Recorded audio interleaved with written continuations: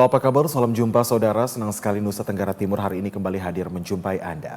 Ya, sejumlah informasi menarik dan teraktual dari berbagai daerah di Nusa Tenggara Timur telah kami siapkan untuk Anda. Dan untuk mengawali perjumpaan kita kali ini, berikut kami tampilkan cuplikan berita utama. Dua orang tersangka korupsi Perumda Lewadi ditahan.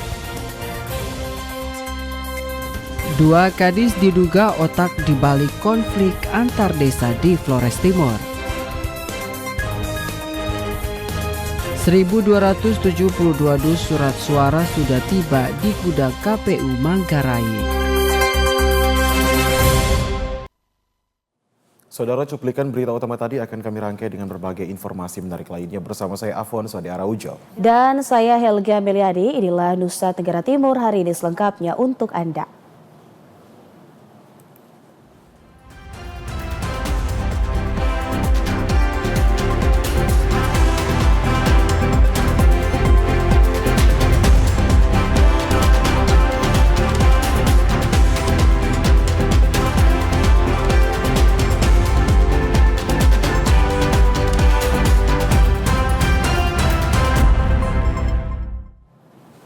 Kita ke informasi pertama, saudara. Kejaksaan Negeri Waikabubak telah menahan 2 orang tersangka korupsi perusahaan daerah Lewadi.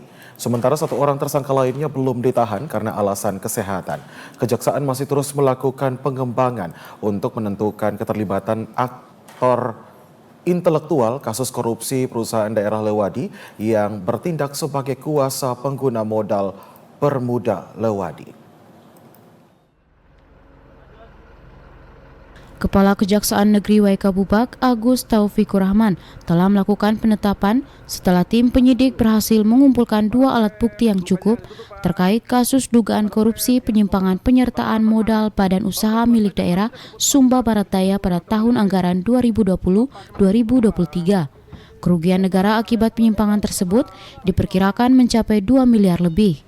Agus mengatakan bahwa kedua tersangka disangkakan melanggar pasal 2 ayat 1 junto pasal 18 Undang-Undang Nomor 31 Tahun 1999 tentang pemberantasan tindak pidana korupsi yang telah diubah dengan Undang-Undang Nomor 20 Tahun 2001 junto pasal 55 ayat 1 KUHP.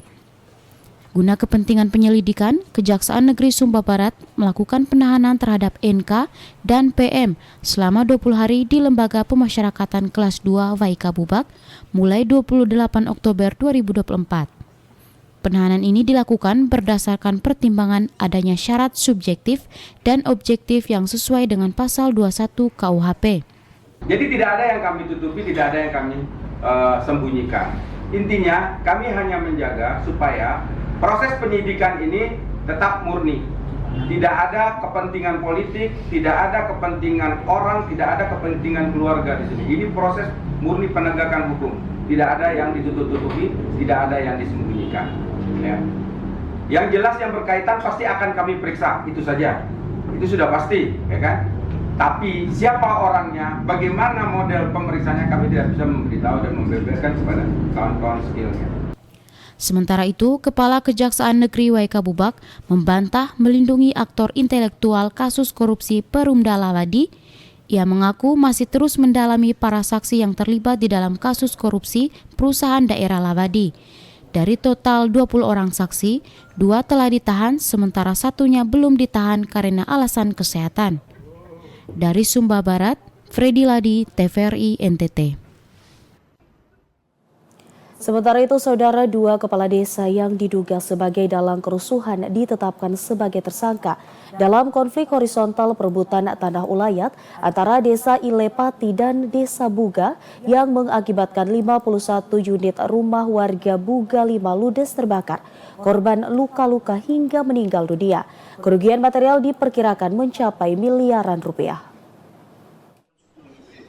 Kapolres Flores Timur AKBP Inyoman Sandita Putra kepada TVRI menegaskan kedua oknum kepala desa yakni Kepala Desa Kimakamak dan Kepala Desa Ilepati ini sudah ditetapkan sebagai tersangka bersama 19 tersangka lainnya dengan pasal sangkaan pasal 160 KUHP di mana kedua oknum kades ini diduga kuat dalam perannya sebagai tokoh sentral yang memberikan dukungan kepada warga Ilepati dan warga Kimakamak dalam aksi penyerangan dan pembakaran permukiman warga Buga 5 sekaligus memprovokasi warga saat bentrokan terjadi.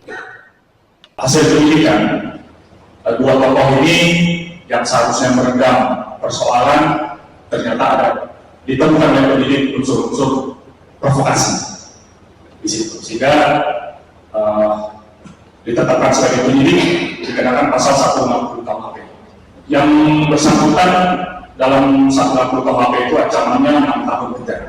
Kapolres pun menegaskan selain mengamankan dan menetapkan 21 tersangka dalam kasus konflik berdarah di Pulau Adonara pada Senin 21 Oktober 2024 pekan lalu, pihaknya pun berhasil menyita puluhan senjata tajam berupa parang 51 unit, tombak 41 unit, busur dan anak panah, serta 3 unit senjata rakitan dan 1 unit senapan angin hingga bom pipa rakitan.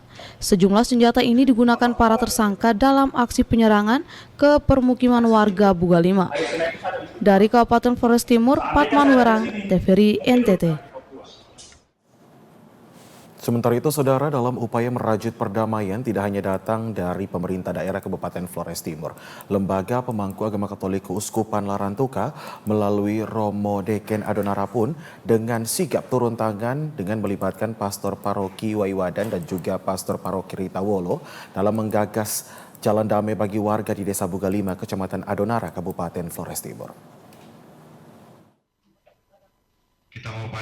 Romo Deken Adonara Romo Lazarus Lagakoten kepada TVRI menegaskan sejalan dengan upaya mediasi perdamaian yang diprakarsai pemerintah daerah, Kapolres, dan Dim 1624, Ketua Pengadilan Negeri, Kepala Kejaksaan Larantuka dengan penandatanganan kesepakatan damai, pihak gereja pun terus berupaya melakukan pendampingan agar kesepakatan tersebut sungguh-sungguh dijalankan, ditaati, dan dilaksanakan dalam spirit cinta kasih dan saling memaafkan dalam kehidupan selanjutnya, serta berkomitmen untuk tidak mengulangi lagi peristiwa berdarah ini. Habis lepas, tapi tetap pantau kawal dia sehingga apa yang kita sepakati itu sungguh dijalankan, ditaati, dan diindahkan dalam kehidupan kita setiap hari.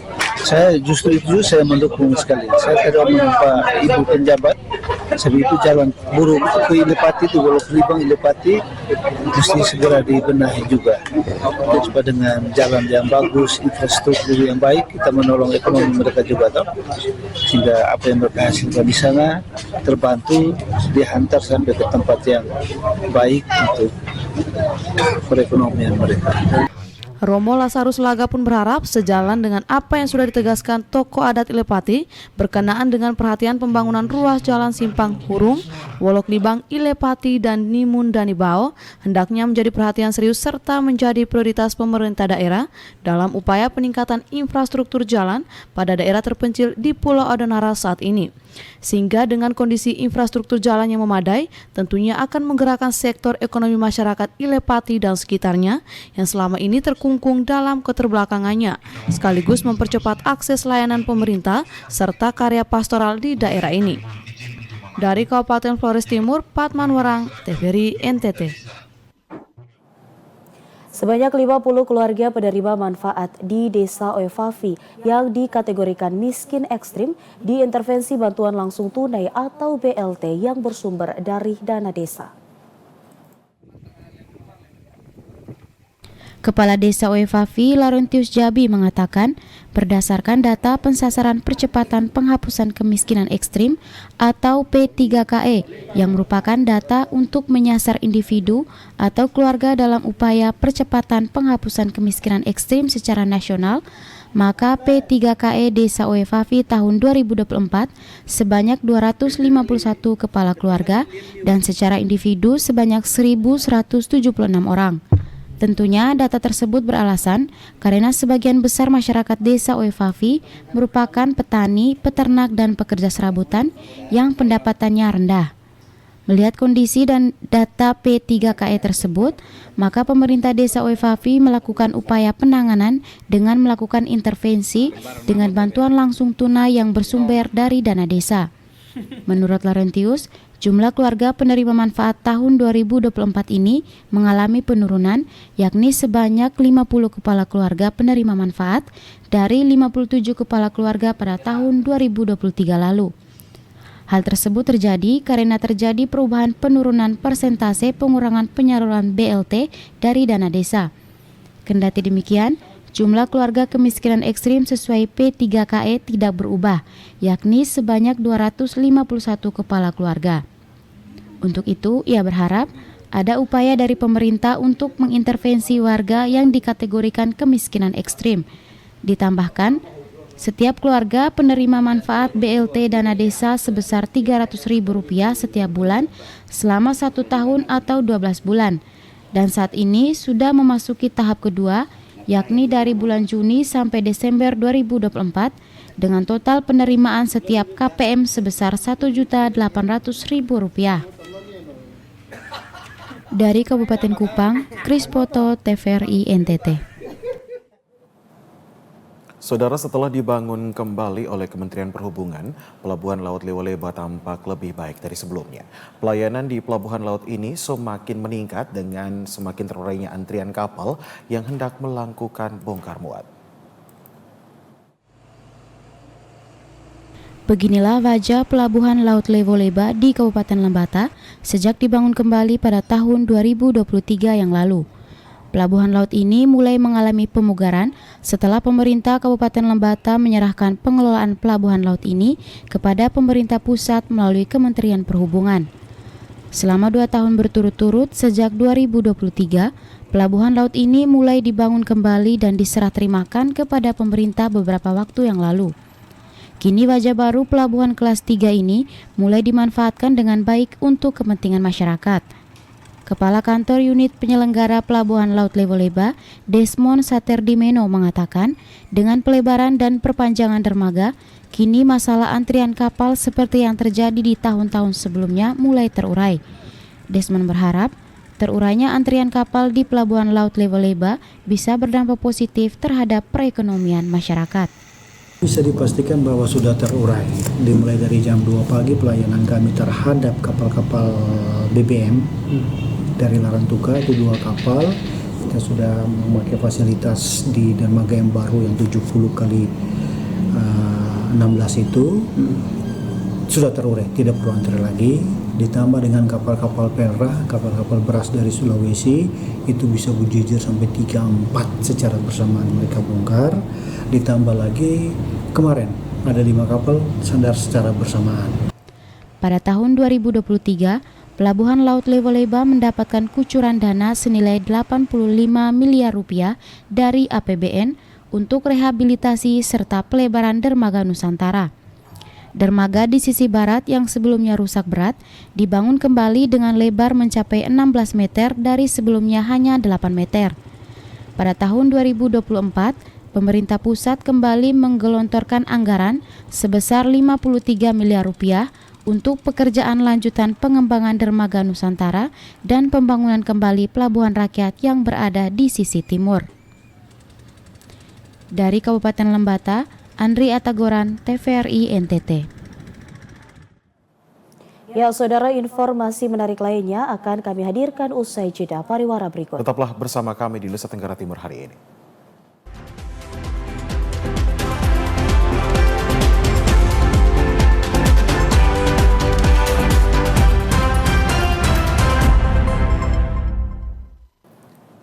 Saudara, terima kasih Anda masih bersama dengan kami di Nusa Tenggara Timur hari ini. Ya, kita ikuti informasi selanjutnya, saudara. Surat suara untuk pemilihan gubernur dan wakil gubernur, serta bupati dan wakil bupati sudah tiba di gudang KPU Kabupaten Manggarai pada Selasa dini hari pukul 1.30 WITA. Sebanyak 1.272 dus surat suara sudah tiba di gudang KPU Kabupaten Manggarai yang berada di Jalan Satar Taci Keruteng. Surat suara yang masih terbungkus kardus dan ditutup terpal biru itu tiba melalui perjalanan darat dari Labuan Bajo menggunakan mobil ekspedisi. Surat suara tersebut terdiri dari surat suara untuk pemilihan gubernur, wakil gubernur, dan bupati, wakil bupati. Ketua KPU melalui pesan singkatnya menjelaskan jumlah surat suara tersebut sesuai jumlah DPT, yakni 246.762 lembar, ditambah 2,5% dari DPT di semua TPS. Rikard juga menjelaskan, setelah pelaksanaan debat 30 Oktober esok, baru akan dilakukan proses sortir dan pelipatan surat suara tersebut. Untuk logistik pelaksanaan pilkada sudah siap, setelah sebelumnya telah tiba logistik pilkada berupa kabel tis, segel, tinta, bilik, dan kotak suara. Selain itu, kotak suara juga telah mulai dirakit. Dari Kabupaten Manggarai, Leonardo, TVRI NTT. Sementara itu di Kabupaten Lembata, penjabat bupati telah menerima laporan hasil pemeriksaan pelanggaran pilkada yang diduga dilakukan oleh beberapa ASN lingkup pemerintah daerah Lembata.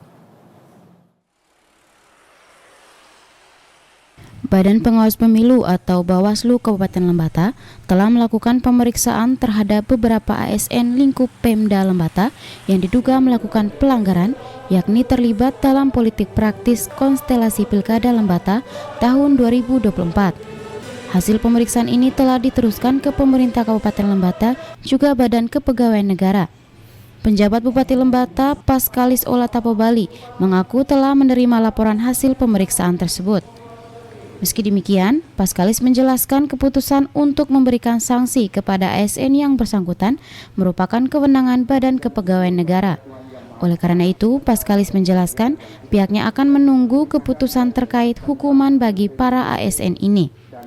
Meski demikian, di sisi lain, Paskalis juga menjelaskan bahwa sanksi terberat yang mungkin bisa diterapkan bagi ASN yang melakukan pelanggaran adalah pemberhentian dengan tidak hormat. Tapi kalau itu sudah disampaikan ke BKN, maka nanti rekomendasi dari BKN itu langsung otomatis ditindaklanjuti PPK. Nah, berarti itu rekomendasi tidak dari ini Bapak sebagai pimpinan? Tidak. Kalau pelanggaran pemilu, pelanggaran pemilihan oleh oleh Bawaslu itu jalur koordinasinya itu ke atas, PPK itu tembusan. Kemudian nanti rekomendasinya dari BKN. Paskalis mengingatkan kepada ASN lingkup Pemda Lembata untuk tidak terlibat dalam politik praktis seperti menyatakan dukungan untuk mendukung paslon tertentu. Ia menjelaskan hukum akan ditegakkan bagi para ASN yang melanggar aturan ini. Dari Kabupaten Lembata, Andri Atagoran, TVRI NTT. Komisi Pemilihan Umum Kabupaten Nagekeo melaksanakan kegiatan penguatan kelembagaan panitia ad hoc pemilihan kecamatan atau PPK dan panitia pemungutan suara atau PPS se-Kabupaten Nagekeo dalam pemilu tahun 2024.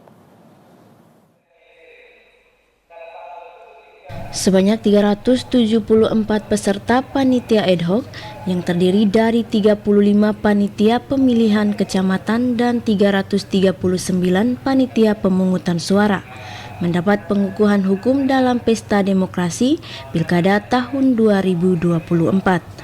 Kegiatan yang berlangsung di Aula Serbaguna Stasi Penginangan Bai menghadirkan narasumber dari kejaksaan, kepolisian, dan praktisi hukum. Komisioner KPU Kabupaten Nagekeo Franciscus Tagedoa menjelaskan kegiatan tersebut dalam rangka memberikan penguatan secara kelembagaan bagi badan ad hoc, sehingga dalam menjalankan tugas PPK dan PPS memahami hak dan kewajibannya. Dengan demikian, masalah-masalah yang terjadi bisa diminimalisir yang berkaitan dengan pelanggaran etika dan bahkan pelanggaran pidana pemilu atau sengketa administrasi pemilu. Ada melaksanakan kegiatan penguatan kelembagaan bagi panitia ad hoc. Kami melibatkan semua ketua dan anggota PPK dan melibatkan semua ketua dan anggota PPS se-Kabupaten Nagekeo. Dalam kegiatan ini tentunya narasumber memberikan penguatan pemahaman tentang potensi pidana pemilihan yang kemudian menjadi langkah antisipatif bagi kami KPU Kabupaten Nagekeo dalam proses penyelenggaraan kegiatan pemilihan kepala daerah di Kabupaten Nagekeo. Ia berharap melalui kegiatan ini seluruh badan ad hoc yakni PPK dan PPS di semua daerah pemilihan dapat memahami tugas dan fungsinya dengan baik sehingga dapat menciptakan pilkada yang aman dan damai. Dari Kabupaten Nagikeo, Doni Moni, TVRI NTT. Kita ke informasi lainnya, Saudara. 3 pimpinan DPRD Kabupaten Ngada akhirnya dilantik dan diambil sumpah oleh Ketua Pengadilan Negeri Bajawa di hadapan saksi dan juga anggota DPRD lainnya, serta undangan untuk melaksanakan tugas, tanggung jawab dan juga peran dalam melakukan fungsi pengawasan dalam 5 tahun ke depan. Dengan didampingi saksi rohani, ketiga pimpinan DPR melakukan sumpah yang dipandu oleh Ketua Pengadilan Negeri Bajawa untuk siap dan taat menjalankan tugas sesuai amanat undang-undang serta menandatangani berkas acara pengambilan sumpah dan pelantikan.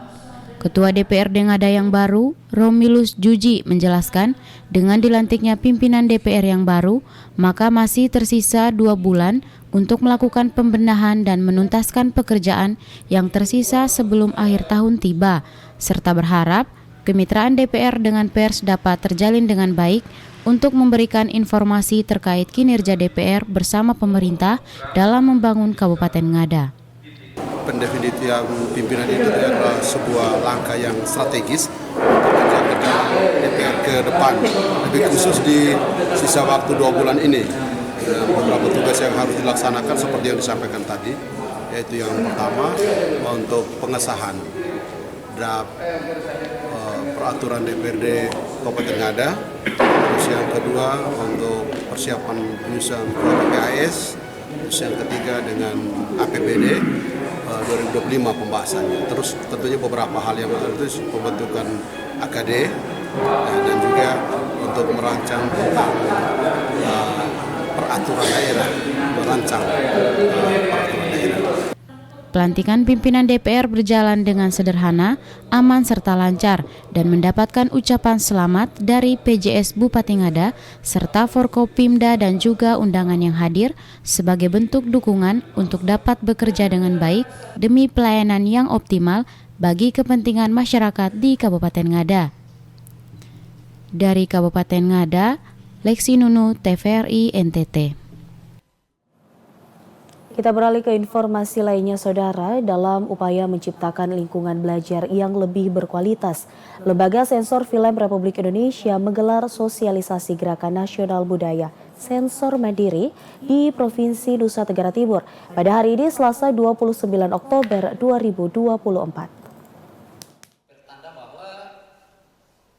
Sosialisasi Gerakan Nasional Budaya Sensor Mandiri di Provinsi Nusa Tenggara Timur berlangsung di Aula FKIP Universitas Nusa Cendana dengan tema memajukan budaya menonton sesuai usia.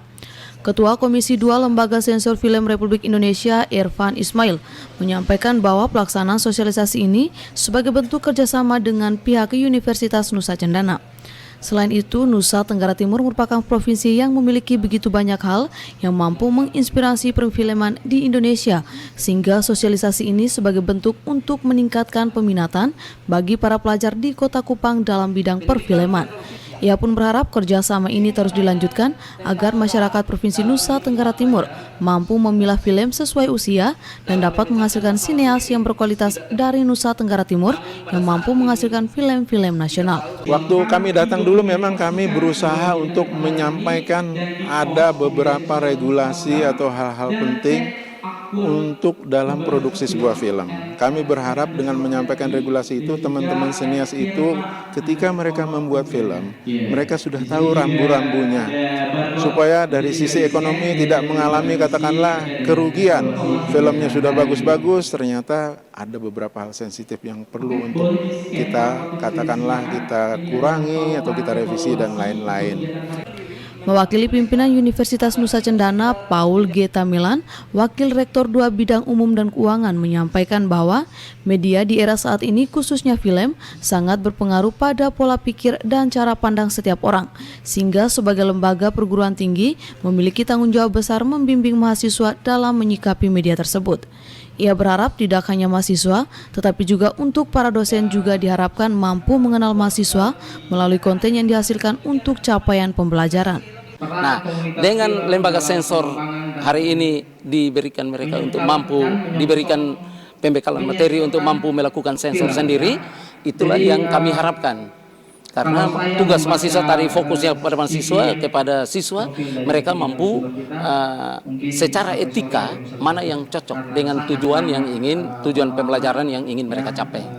Jadi kami sangat berterima kasih sekali kepada pihak lembaga sensor tadi dari Ketua Komisi 2 lembaga sensor yang hadir. Untuk diketahui yang mengikuti sosialisasi ini diantaranya sejumlah siswa dari tingkat sekolah menengah pertama dan menengah atas di Kota Kupang, serta sejumlah mahasiswa dari 9 fakultas dari Universitas Nusa Cendana.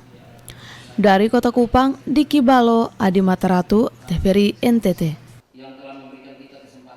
Saudara, informasi lainnya akan kami sampaikan setelah jeda pariwara berikut ini. Ya, tetaplah bersama kami.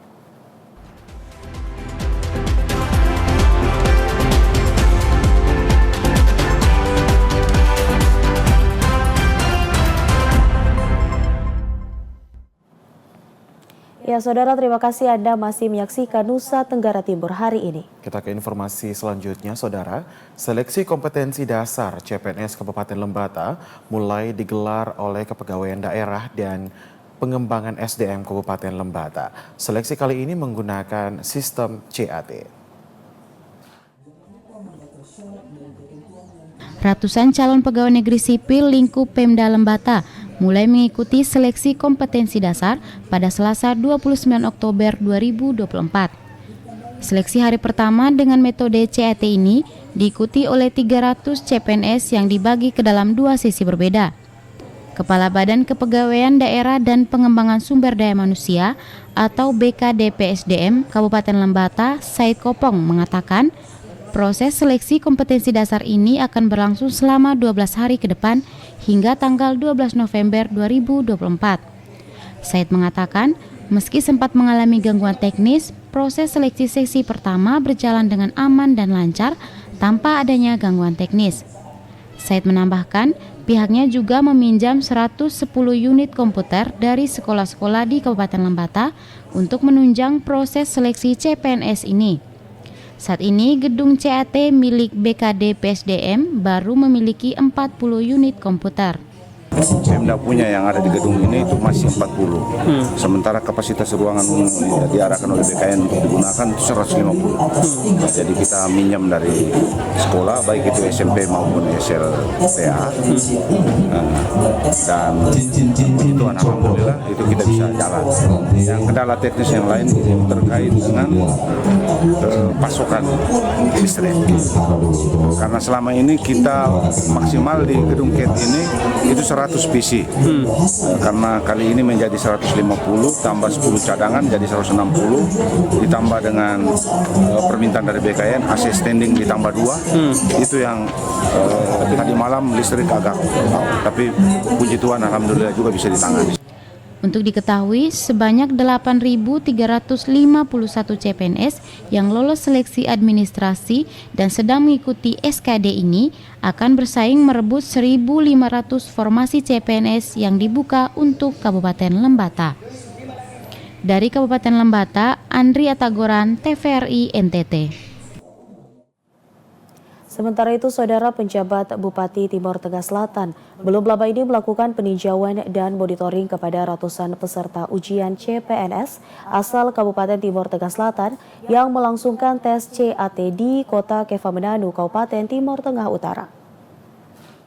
Penjabat Bupati Timor Tengah Selatan, Seperius Edison Sipa, menjelaskan kuota formasi CPNS tahun 2024 untuk Kabupaten Timor Tengah Selatan sebanyak 1.130 orang dan peserta ujian sebanyak 8.729 orang.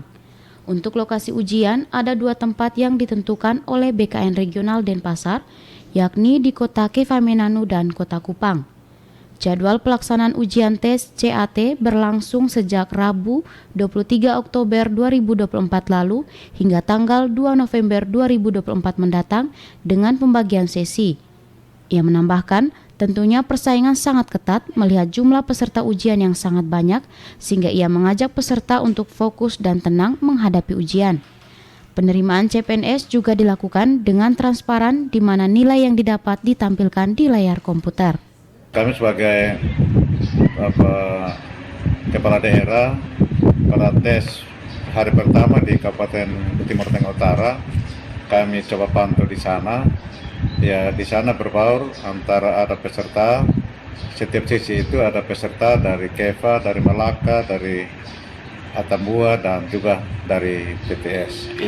Dan pada sisi 4 itu lebih banyak anak-anak dari TTS.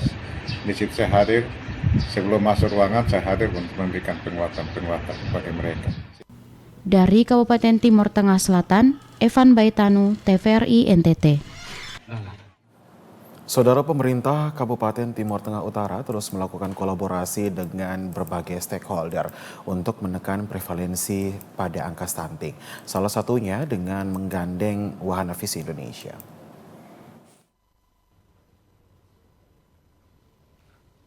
Pemerintah Kabupaten Timur Tengah Utara dan Wahana Visi Indonesia melakukan penandatanganan Memorandum of Understanding. Kesepakatan kerjasama ini dalam upaya membantu Pemda TTU menekan angka prevalensi stunting yang mencakup wilayah pemetaan 6 kecamatan dan 39 desa. Dalam MOU tersebut, WVI melibatkan 5 pendonor dalam berkontribusi menekan prevalensi stunting yang berasal dari perusahaan swasta. Direktur Program WVI Eben Eser Sembiring mengungkapkan kelima lembaga ini telah berkontribusi secara nasional untuk membuat percontohan model penanganan stunting di 4 provinsi, termasuk Nusa Tenggara Timur. Dengan demikian harapannya prevalensi stunting dapat menurun dengan berbagai kegiatan yang akan dilakukan secara kolaborasi ini. Khusus untuk Nusa Tenggara Timur di NTT kita sudah mulai di tahun pertama di Sumba Barat Daya dan juga Kabupaten Kupang. Kenapa memilih kabupaten ini? Sebetulnya ini juga adalah pemetaan yang dilakukan oleh pemerintah pusat. Tidak hanya berdasarkan provinsi tapi kabupaten. Kabupaten yang menjadi prioritas adalah kabupaten yang angka stuntingnya tinggi dan juga belum ada inisiatif program pemerintah pusat. Adanya MOU dengan lembaga WVI ini disambut baik Pemda Timur Tengah Utara. PLT Bupati Timur Tengah Utara, Eusabius bin Sasi, mengatakan pemerintah daerah siap mendukung upaya yang akan dilakukan WVI agar angka prevalensi stunting bisa segera ditekan. Sangat senang pemerintah daerah Kabupaten Timur Tengah Utara bergembira menyambut baik berbagai NGO dan juga berbagai personal yang rela atau siap untuk membantu mengatasi prevalensi stunting di Kabupaten Timur Tengah Utara. Karena memang masih ada cukup anak-anak kita yang stunting, dan untuk memperbaiki hal itu kita membutuhkan bantuan dari berbagai pihak. Dalam proses pendampingannya di Kabupaten Timur Tengah Utara, Wahana Visi Indonesia bersama partner pendonornya akan menerapkan 3 kegiatan pokok, yakni penerapan pos gizi dahsyat, pemberdayaan genre, dan penguatan tim penanganan percepatan penurunan stunting di tingkat kabupaten dan kecamatan. Lokus penanganan stunting sesuai MOU bersama Wahana Visi Indonesia ini untuk 2 tahun ke depan dengan menyasar 39 desa dan 6 kecamatan, yaitu Kecamatan Naibenu, Kecamatan Musi, Insana Barat, Insana Tengah, Bikomi Tengah, dan Biboki Tanpa. Dari Kabupaten Timur Tengah Utara, Joseph Praso, TVRI NTT. Ya, saudara, dalam rangka memeriahkan Semarak Bulan Bahasa dan Sastra Indonesia yang jatuh pada bulan Oktober di setiap tahunnya, Prodi FK Bahasa Indonesia menggelar pentas seni mahasiswa sebagai puncak perayaan pada Senin 28 Oktober 2024. Bulan Bahasa dan Sastra diperingati pada bulan Oktober, di mana pada tanggal 28 Oktober 1928, para pemuda Indonesia memproklamasikan Sumpah Pemuda. Dalam tajuk karya Kami dan Cinta Sepanjang Masa, Program Studi Ilmu Pendidikan Bahasa Indonesia FKIP Undana menggelar berbagai kegiatan dan puncaknya pada Senin 28 Oktober 2024 diberlangsungkan pentas seni mahasiswa dengan berbagai penampilan yang dilakoni oleh mahasiswa Prodi Bahasa Indonesia, diantaranya tari-tarian, musikalisasi, drama, dan berbagai pertunjukan lainnya yang merupakan hasil latihan selama berbulan-bulan para mahasiswa. Petrus Demon, Ketua HMP Prodi Bindo menjelaskan, kegiatan Semarak Bulan Bahasa ini adalah kegiatan yang dilakukan rutin setiap tahunnya dengan menampilkan minat dan bakat para mahasiswa yang dilatih dalam sanggar seni mereka masing-masing. Baik, setiap tahunnya itu kita lakukan, kita melihat apa yang menjadi hal output yang menjadi perhatian kita, yakni di dalam program studi pendidikan bahasa dan sastra, dia bukan hanya berbicara tentang linguistik, bukan berbicara hanya tentang pendidikan, tetapi dia juga berbicara tentang sastra. Nah, ruang sastra di dalam program studi pendidikan bahasa dan sastra tertuang di dalam Bulan Bahasa dan Sastra. Sementara itu, Naranto Putrayadi Makan Malai, dosen program studi FKIP Bahasa Indonesia Undana menjelaskan, pihak kampus selalu mendorong para mahasiswanya untuk berkreasi dengan minat dan bakat mereka masing-masing. Wadah yang disiapkan ini menjadi bukti bahwa proses pembelajaran tidak hanya di dalam kelas saja, tapi diwujud nyatakan melalui pentas seni yang dilakoni oleh para mahasiswa ini. Kegiatan ini diharapkan untuk menumbuhkan motivasi dari mahasiswa agar dapat menumbuhkan kreativitas dalam semua kegiatan baik bidang bahasa maupun sastra agar kedepannya lebih mampu berinovasi dan kreatif dalam kegiatan-kegiatan yang dilaksanakan. Itu dari mahasiswa, sedangkan untuk dosen ya menumbuhkan rasa pemahaman yang lebih baik lagi dalam bentuk memberikan pemahaman kepada mahasiswa lewat kreativitas yang dikembangkan dalam kegiatan yang dilakukan setiap tahun, yaitu di Semarak Bulan Bahasa. Semarak Bulan Bahasa dan Hari Sumpah Pemuda diharapkan mampu memantik semangat para mahasiswa dalam berkreasi, khususnya di bidang seni dan budaya. Dari Kota Kupang, Diki Balo, Adi Mataratu, TVRI NTT. Saudara, perwakilan Ombudsman Republik Indonesia Provinsi NTT melakukan peresmian pojok baca Ombudsman pada Senin 28 Oktober 2024. Hal ini dilakukan sebagai upaya peningkatan literasi dan juga minat baca. Peresmian pojok baca Ombudsman Republik Indonesia Provinsi Nusa Tenggara Timur ini dilakukan oleh Robert Na Endi Jaweng, anggota Ombudsman RI, didampingi oleh Kepala Perwakilan Ombudsman NTT Darius Daton, Kepala Biro Humas dan TI Ombudsman RI, dan Koordinator Bidang Pemantauan, Evaluasi dan Pengendalian Pembangunan Daerah Wilayah 3 Kementerian PPN Bapenas. Robert Naendi Jaweng dalam sambutannya menegaskan pojok baca yang digagas ini sebagai bentuk perhatian dan keterlibatan Ombudsman dalam menyikapi permasalahan minimnya literasi yang masih terjadi di Indonesia. Pojok baca ini difungsikan untuk interaksi dan fungsi literasi.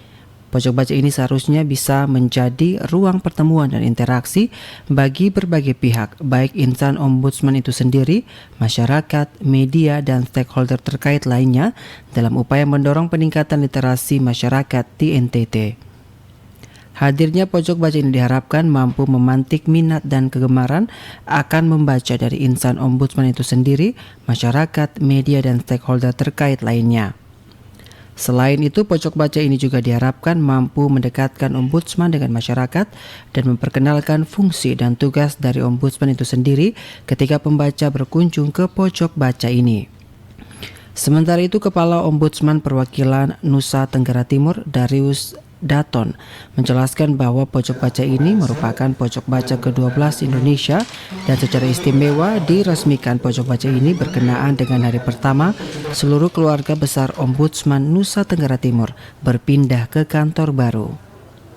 Dirinya mengajak para insan Ombudsman, insan pers, dan masyarakat memanfaatkan pojok baca ini sebagai sarana membaca dan ruang bertukar informasi.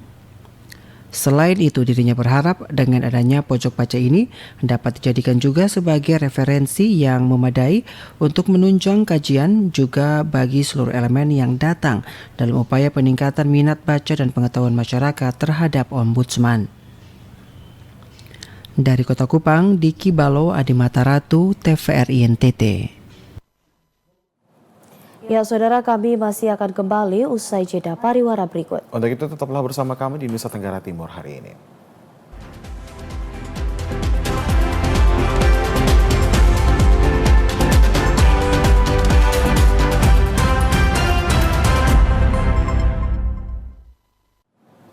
Saudara, terima kasih Anda masih bersama dengan kami di Nusa Tenggara Timur hari ini.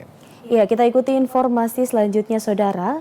Perayaan Hari Sumpah Pemuda bagi siswa Sekolah Menengah Atas Regina Pacis Bajawa diwarnai dengan busana adat dari sejumlah daerah yang ada di Indonesia sebagai bentuk cinta akan tanah air dan memperkuat rasa kebangsaan.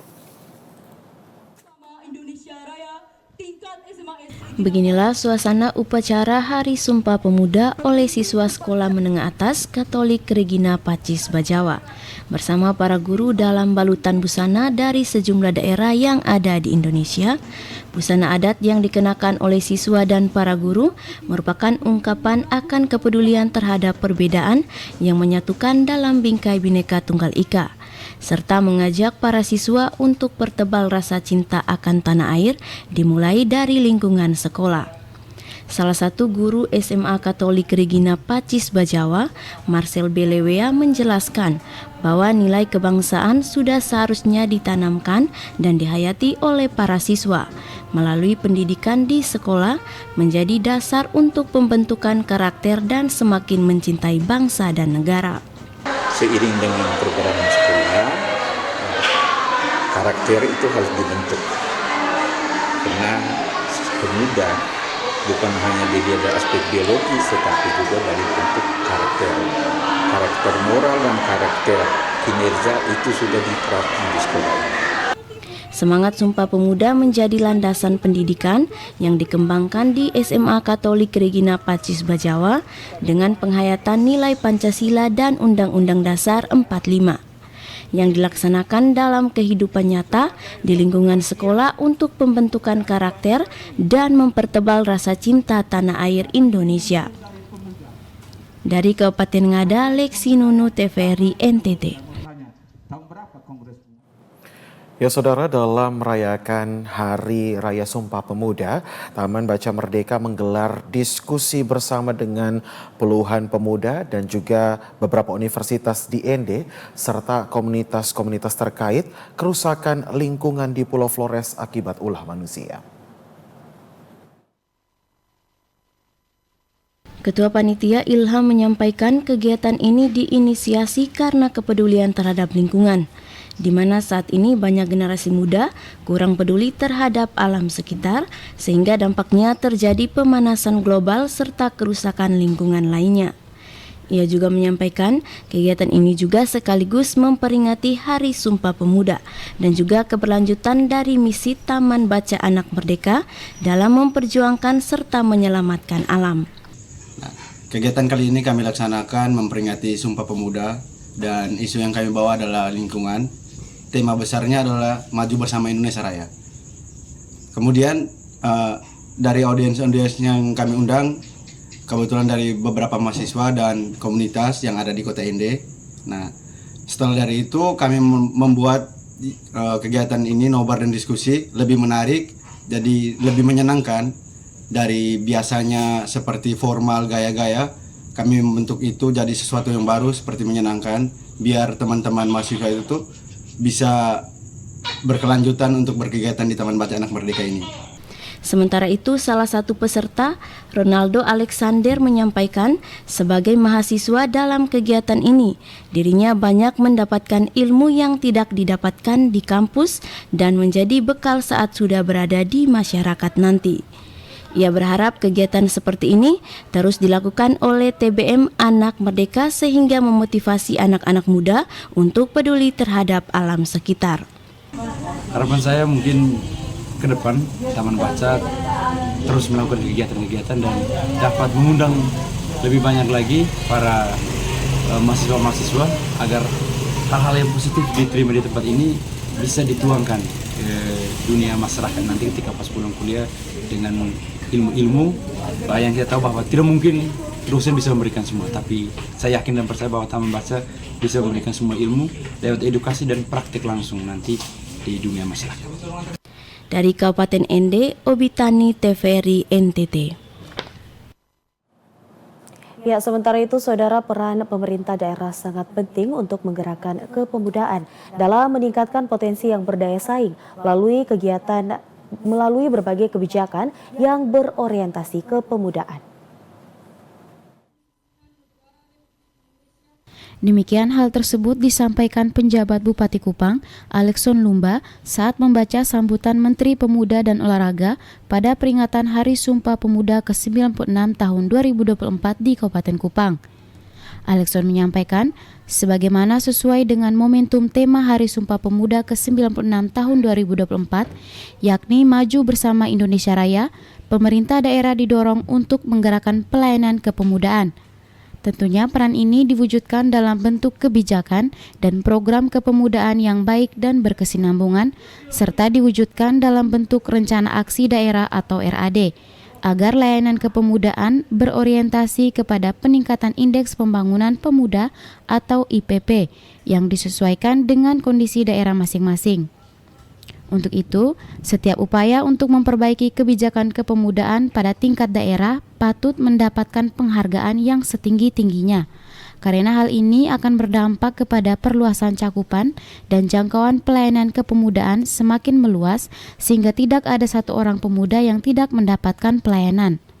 Alexson menambahkan, peringatan Hari Sumpah Pemuda 2024 ini menjadi momentum bagi pemerintah daerah untuk mengembangkan potensi pemuda melalui aktivitas yang mendorong perkembangan kreativitas dan inovasi pemuda dengan berbagai cara yang dapat dilakukan. Untuk itu, pemerintah daerah akan membuka kesempatan seluas-luasnya kepada pemuda untuk berpartisipasi dalam seluruh dimensi pembangunan daerah sesuai dengan kompetensi dan passion masing-masing. Momentum peringatan Hari Sumpah Pemuda tahun 2024 ini mengangkat tema Maju Bersama Indonesia Raya.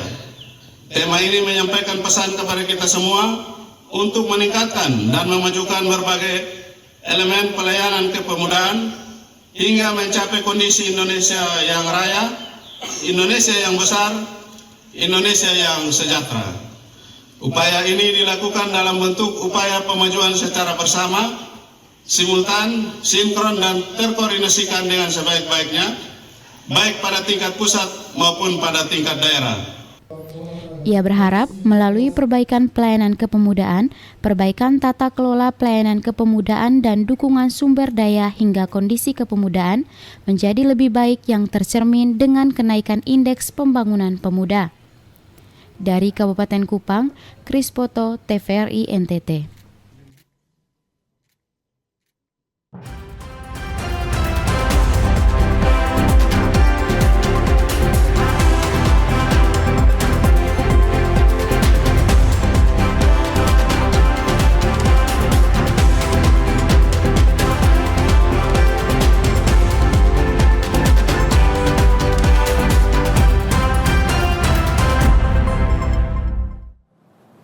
Ya, saudara, informasi tadi sekaligus mengakhiri perjumpaan kita hari ini. Ya, terus saksikan Nusa Tenggara Timur hari ini yang menyajikan informasi secara santun, lugas, dan berimbang.